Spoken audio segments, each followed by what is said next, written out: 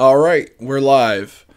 Welcome to another live stream from Kyle's Cars. As you can see, if you watched the previous video, you would have also seen that I have kind of reorganized what is going on with the position of my desk and the computer. And now my back is right up against the wall, but the lighting is a lot better, so that's great. So it might take a little bit of getting used to on my part, trying to position myself, so I am sorry if I seem a little all over the place. Today I want to talk about some of my experiences in just buying and selling cars, especially through things like Craigslist and Facebook Marketplace. It's going to be a shorter stream. I'm going to try and cut these down just a little bit. And you guys are totally welcome to throw in the chat your experiences and your commentary on the matter. And yeah, I mean, so the first problem, and something I see all the time, specifically with Craigslist, if you're looking at cars on Craigslist or anything actually, is people will post something for sale, and you know it'll be up for a while, and then somebody will come along and buy it, and then they'll go and they'll edit the listing so that in the title they'll put at the end of it sold. And every time I see this, it always bewilders me. Okay, if you're gonna go and you're gonna go to your email and find the original, email where they send you, where you can edit it, which is what you have to use in order to change the title to say sold in the title. Why wouldn't you just delete the listing? I just don't get that. I can see people, I understand why people forget to delete them or can't delete them because they don't know how or whatever, but to say that like you just don't know how to do it just doesn't apply, because you have to go through the same steps. Why are you leaving it up on Craigslist? Very, very annoying. I hate that.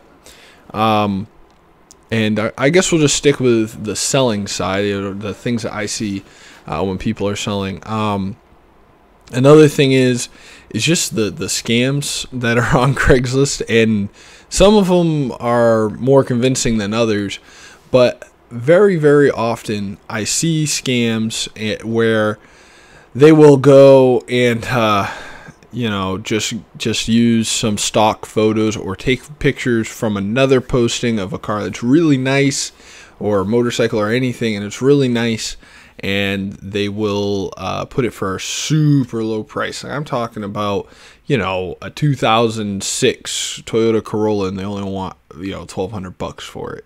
So it's like not new enough that it's obvious, but to somebody like me, I know the values of these cars. I know that price is way too low, and it's always a red flag to me. There needs to be something wrong with it, and then they'll put in the ad, oh, nothing's wrong with it, this and that. If you see an ad like that and the price just seems too good to be true, look for indications that it might be somebody else's post that's been ripped off and remarketed to your area. Most of the time when I see those posts, the cars are pretty, it kind of gets obvious after a while, right? Because like the cars don't have like Virginia State inspections on them. Well, even if it's run out, usually you'll see that sticker on the window, or you'll see Virginia plates. I mean, I've seen some that are so bad that the pictures were taken in the deserts of Arizona or something, so it's pretty obvious.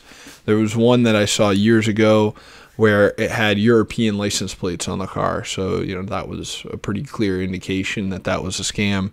On top, but I mean, not always is that a scam. Sometimes people brought the car from out of state, but when it's combined with an unreasonably low price for no good reason, you can pretty much assume that it's a waste of your time. And then there's other ones where they're carbon copies of another ad that was up in your area or was in another area and just kind of tweaked a little bit to fit, where you'll go and I don't know what they're doing, but it seems like they're just trying to mine you for information, right? They're trying to collect phone numbers from people or text people and stuff. So if you try to call the ad, nobody will ever answer. They'll just go and it'll say your friend's voicemail. You've reached your friend's voicemail. Blah blah blah. And whenever it says you've reached your friend's voicemail, I know it's some app. I'm not aware which app it is that these scammers are using to try and get people, try and hang them up. So that's another one to look out for as far as scams. I mean, scams are the worst part. I guess that's more of a buyer problem than a seller problem, right? Other things, I see all the time that people will take really bad pictures. And by bad pictures, I don't necessarily mean that the pictures aren't clear. Now, yes, there are a lot of them where the pictures aren't clear, and that's annoying. But what I see a lot of times is they're just too close to the car, right? I want to see the car in its entirety. I want to see, like, if I was standing across the street looking at that car in a parking lot, that's closer to what I want to see. So if the ends of your car extend outside the frame, like, okay, let's see here. So your car should be like that big in the frame of your picture. If you take a picture of your car and you're off the frame like that, so you're only getting like a fender, or if you take a picture of your car and it's like that, you're just getting like a seat. I mean, that's fine if you're trying to catch certain details, but if all your pictures are like that, that's not a good way to sell cars, and I can tell you that from experience too. You want to get the entire car in the picture, not just one piece of the car. At least you need to have a couple pictures like that. Very annoying to see people doing that, and then you go and you look at the car, and because you could only see a fender in the original listing, you find other problems with it that you couldn't have possibly seen because you couldn't see the whole car. And that, like, to touch on that for a second, to help you guys who do try to sell cars online, it's very often that I end up buying those cars. If I see them, I'll know that they've been there for a long time. Sometimes those are the cars that don't have a ton wrong with them, but because people are nervous with money, most people don't feel comfortable with car purchases. It's a very scary thing for them. When they don't have a good picture, that just makes it so much harder for them to come out and buy a car. So I feel like I'm about to sneeze. Sneeze stream, or stream sneeze, I guess we can call that one. So yeah, you're not helping yourself by taking bad pictures. I mean, it's not easy to convince somebody to spend a significant portion of their savings, if not all of their savings, on a car and have it be your car. There's other cars to buy. They're going to be very picky. So that's just the way it goes. Another problem I have is people that either are too lazy, aren't smart enough, I don't know, to write a clear and distinct description, okay? Whatever you put in your description, please make sure that the way you structure it is legible, right? If you just start putting down like everything in one fat paragraph and you don't like kind of break it apart a little bit, it's hard to like scan that information for what I'm looking for, as somebody, because remember, there's thousands of cars on every single area on Craigslist, right? For the most part. And so you need to market your car the best. And on the other side of it, somebody that's buying a car, they gotta look through all these cars for sale and try and deal with that, try and handle that information, try and manage that information. And how can somebody manage the information that they're reading when you've just jammed it all into one small paragraph, right? Like you just have 6 lines just running together. You can't. What I suggest is start off with a short bit that just describes what the car is, right? So you have your title, but don't put all the information about the car in the title. That's also annoying. Just put it in the title like a basic thing, like 2004. Here, I got a couple that I printed out to show somebody that was looking for a car. So like this one, I don't know, you probably can't see it, but 2004 Mitsubishi Lancer ES for sale. Okay, obviously you don't need to put for sale in the title. We know it's for sale, that's why it's here. Okay, don't do that.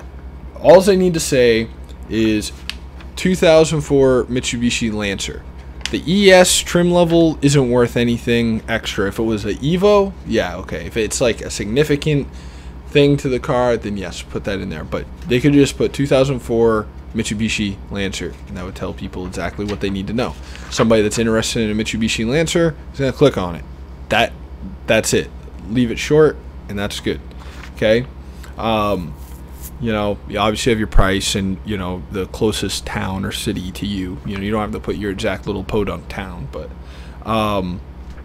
yeah, what you want to do is just say, kind of reiterate in the first little paragraph or couple sentences what it is. Say, like for this guy, I have a 2004 Mitsubishi Lancer. You can say ES in this point because, somebody's already interested in it. They might be checking the book value, so knowing it's an ES to check the book value is now, but somebody's not going to look at the title and put it in the book value. They're going to look at the description first.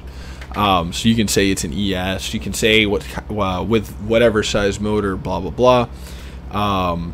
And that's all you need to say. You don't got to say I got this car from my grandma, or I bought this car 6 years ago from a dealership, all that crap. It's not important really when you think about it. Especially when you're talking about cars that are sub $2,000. None of that information really matters. Okay, you can pass that on in the first phone call with the person. You just want to get the basics of what you have. But like some people, they'll just put in one paragraph, like I said, and just try and overload you with information. I'm going through these posts when I'm looking at them, looking for a car. I'm looking for, okay, where does it mention the problems? If you put all the problems together, I can quickly, okay, there's the problems, okay, and that's it. And I mean, to be honest, from my professional point of view, as advice to anybody that's looking to buy a car, the new parts on a car don't matter. They don't account for anything. The only thing that matters about the car is what it's worth and what's wrong with it and what it's going to cost to make it worth that much, right? What I mean is yeah, sure, a person can sit there and tell you it's got new brake pads and rotors and just put brand new tires on it and talk a big game, all that. But if the engine knocks or through a rod or it seized, none of that stuff's worth anything to you anymore, right? It's not really worth anything to you in the first place. That's just like the 0 point of the car. So yeah, don't let that influence you. Now, as a seller, you can try and I understand why you would say that kind of thing, because other buyers, might actually value that, but there is no real value in that, to be honest.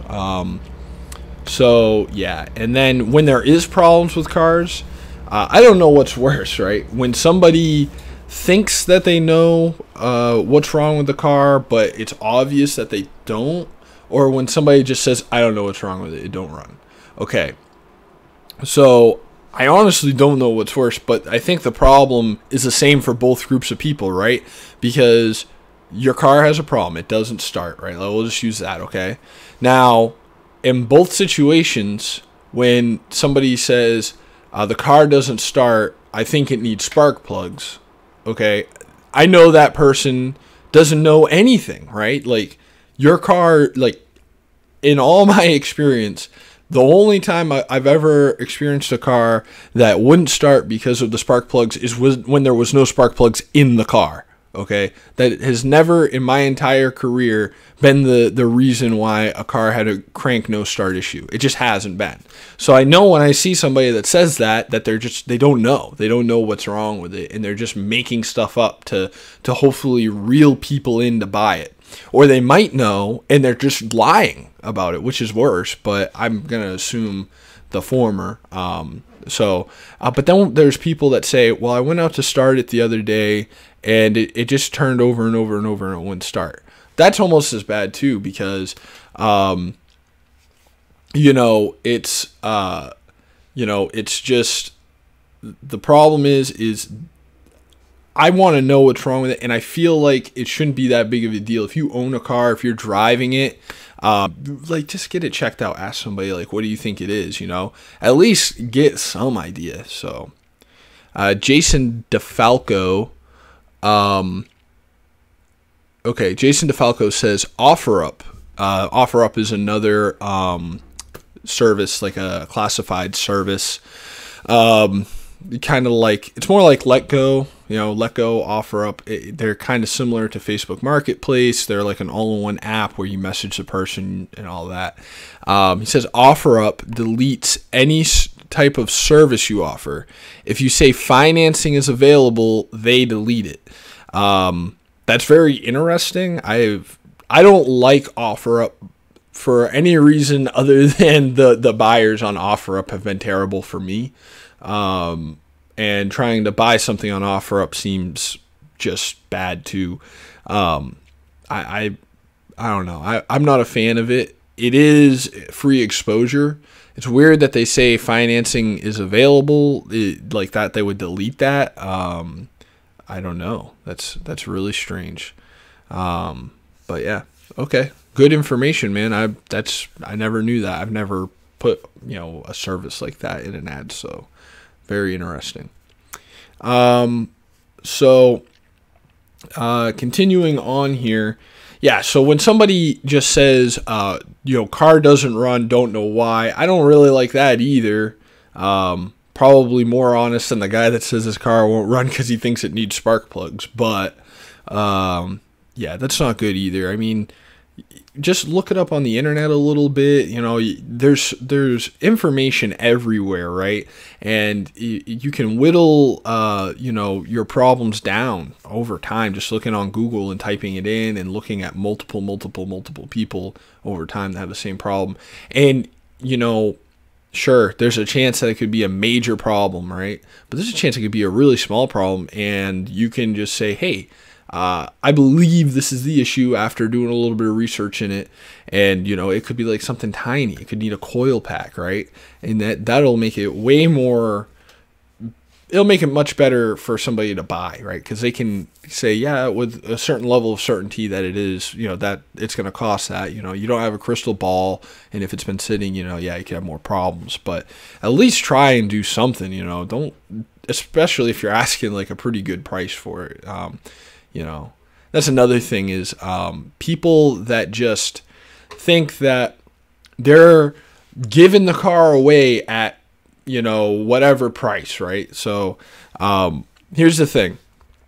If you are selling something and you have put a price on it, that is automatically what it is worth, right? Or less. Like, it's not worth more than that. As soon as you put, what I mean is as soon as you put a price on something you own and solicit its sale to people, meaning like on the internet, that item has now become worth no more than that.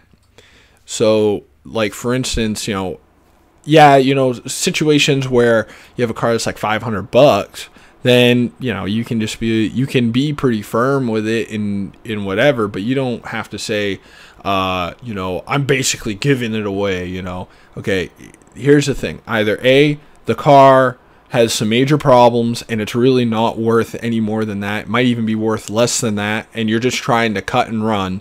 Or B, you are in a desperate situation and you need money, and so you're selling it for a really, really low price, and you need it fast.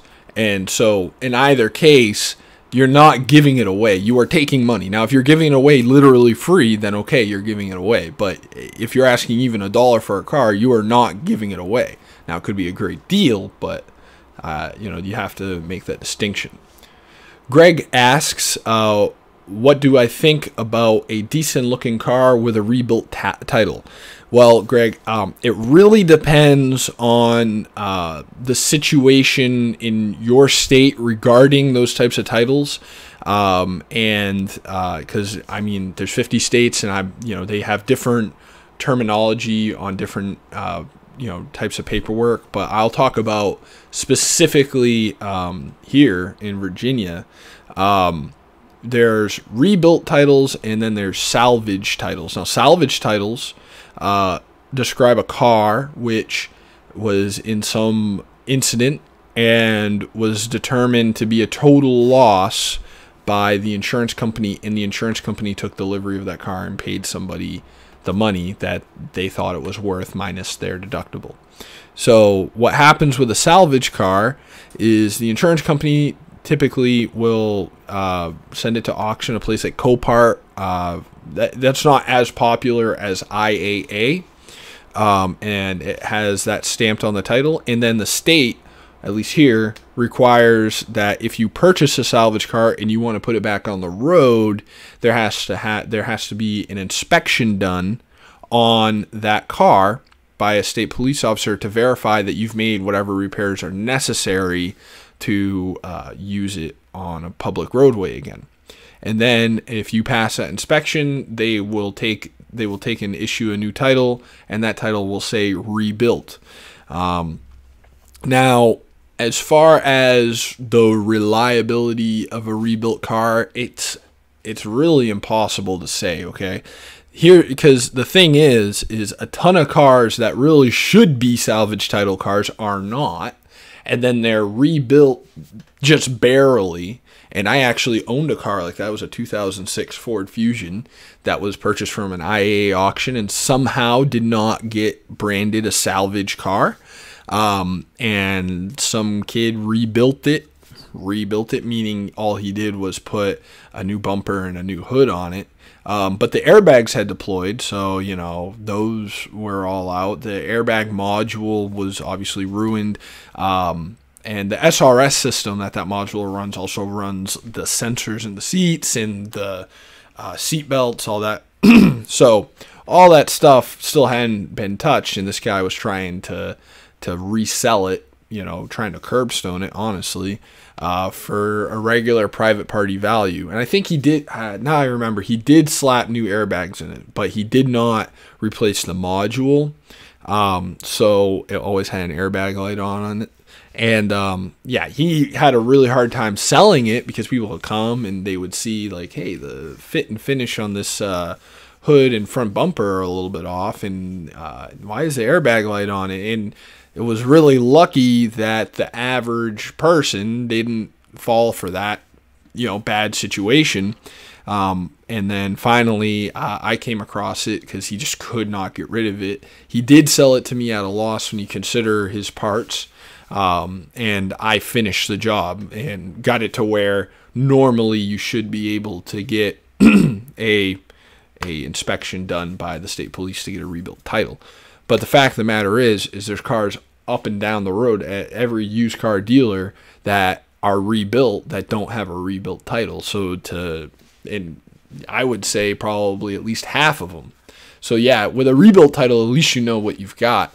Now, what you have to do is figure out, well, what kind of a job was done here? Was it a just barely passable job? Is it as good as new job? It's really tough to tell. Typically, for me, I'd buy a rebuilt title car any day of the week for my own personal use. I would not buy it for resale because people are not going to go for it too easy. But for my own personal use, I'm very good at telling you if there's a problem with the car, and if there is a problem with the car, it's not going to cost me what it costs the average consumer to fix it. It's not going to cost me anything really, except for the parts. So yeah, as far as rebuilt title, you got to decide, are you smart enough about this industry, about that car, to buy it. And if you are, you don't even have to really ask. You already know. Now, don't trick yourself into thinking you know if you don't know, right? So, now I want to kind of talk about, I've talked about this stuff before, but annoying things when you're a seller and dealing with buyers, right? So, one of the worst things that I run into is people that don't have a real interest in it, but ask about it.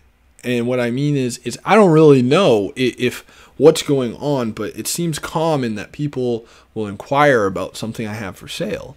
And they'll send me a couple of messages, ask me some questions, and then fall off the face of the planet. And, if it were like one person or two people, it wouldn't be a big deal.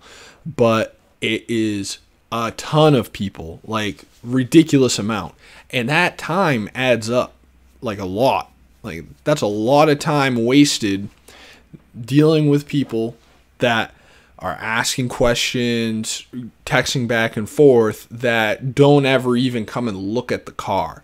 And it's very, very difficult. And I've heard of a couple of different methods to try and fight that. Some people say that they tell people, hey, you have to call me, but that still takes time. People calling you all the time and asking all kinds of questions. It's not as bad as texting, but it's pretty bad.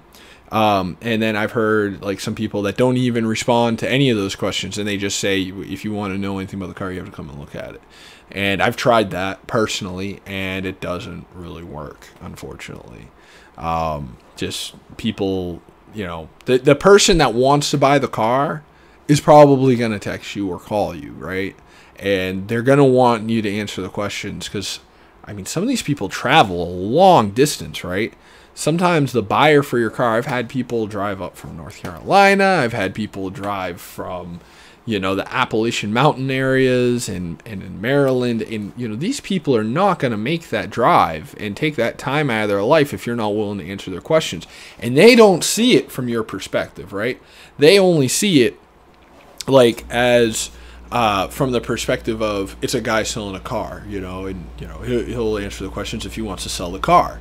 And they're right. You should answer the questions.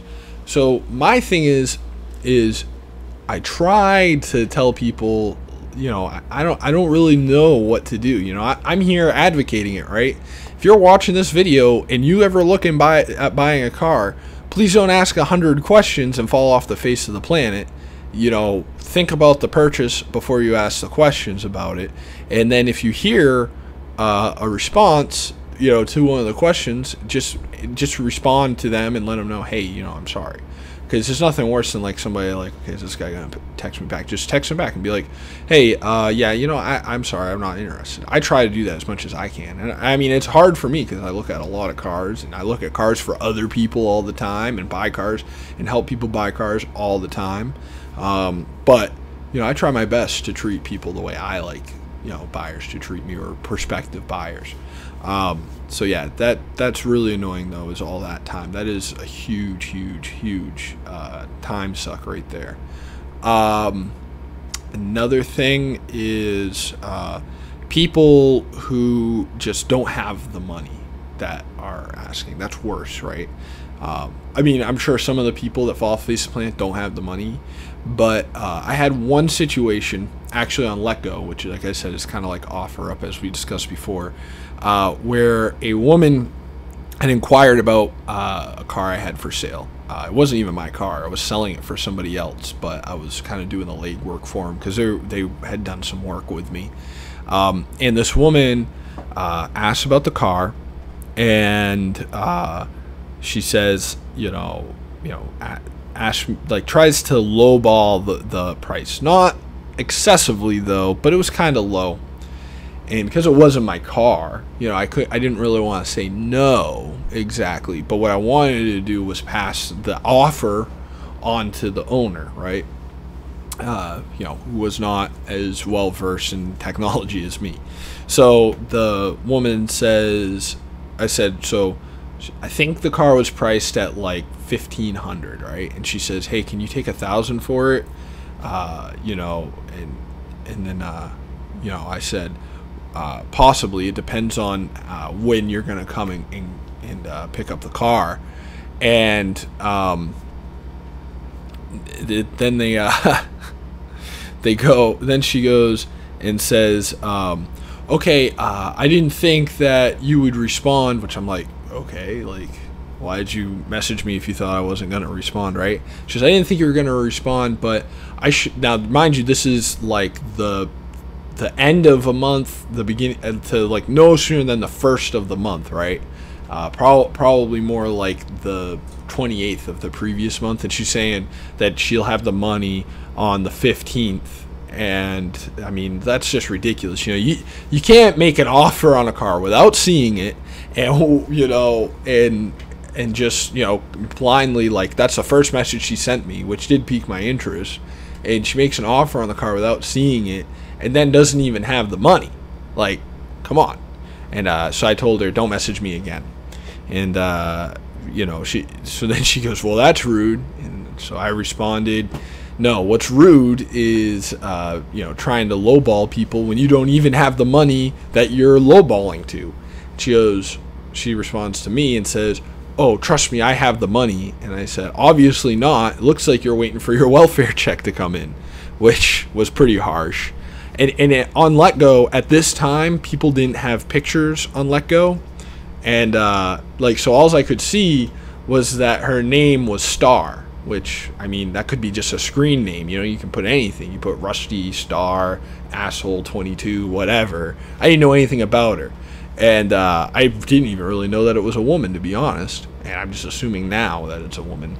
And she goes, oh, so because I'm black, you're just going to assume I'm on welfare?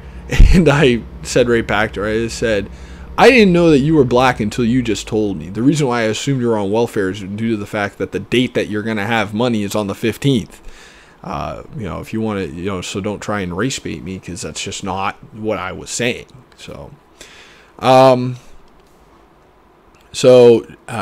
DeFalco says, if they ask if I am a dealer, I don't respond. They don't show up.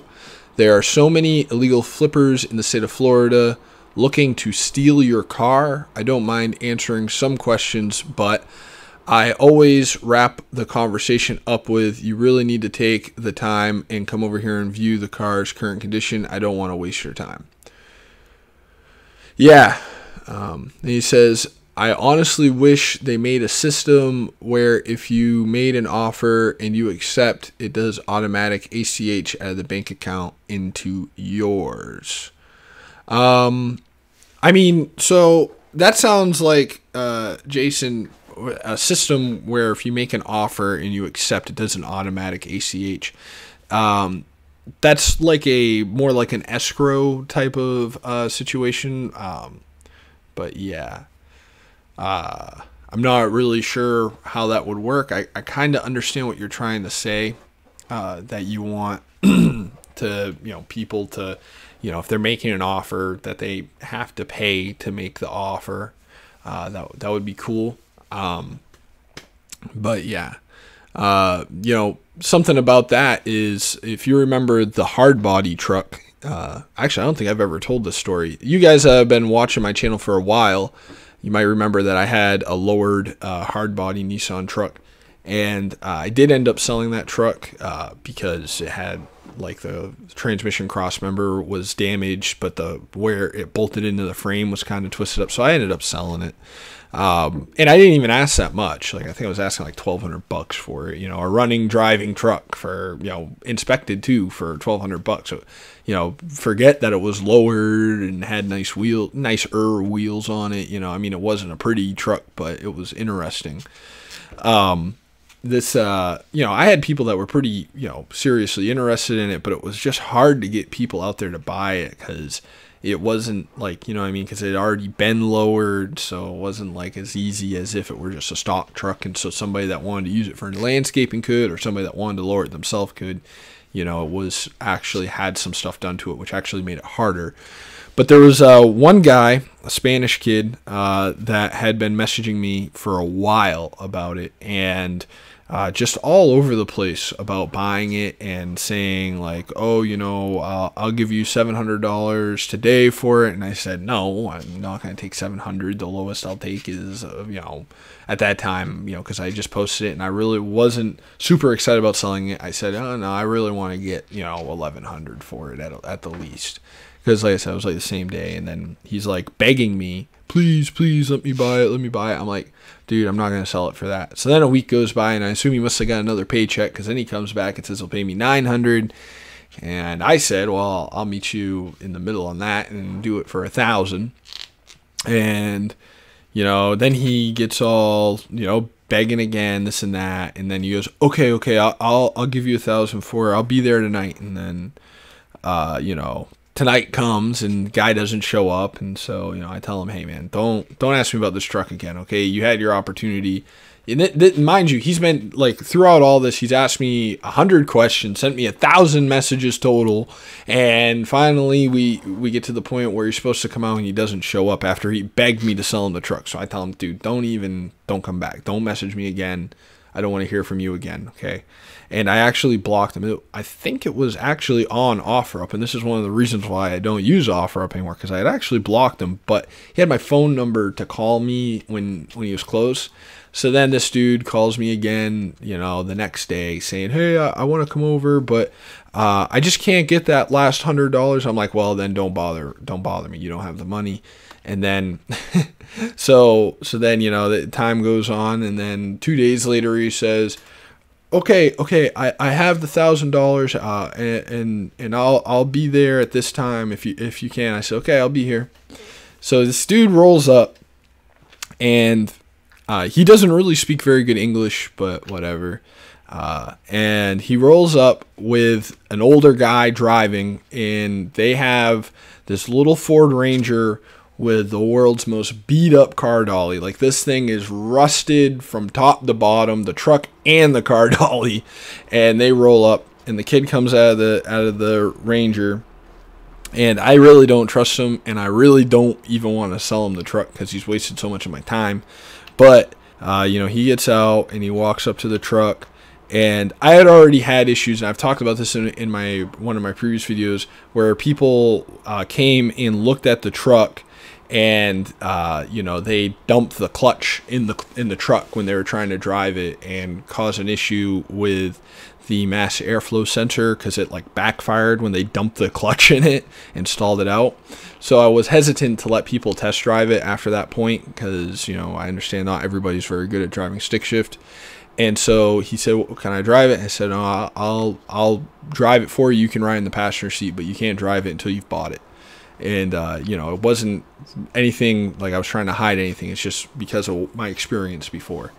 And he said, no, I'll just buy it. And so I said, all right.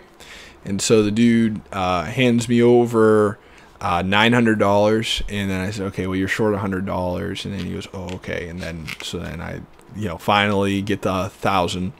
And then after he hands me the $1,000, takes the title, and he decides to walk around it.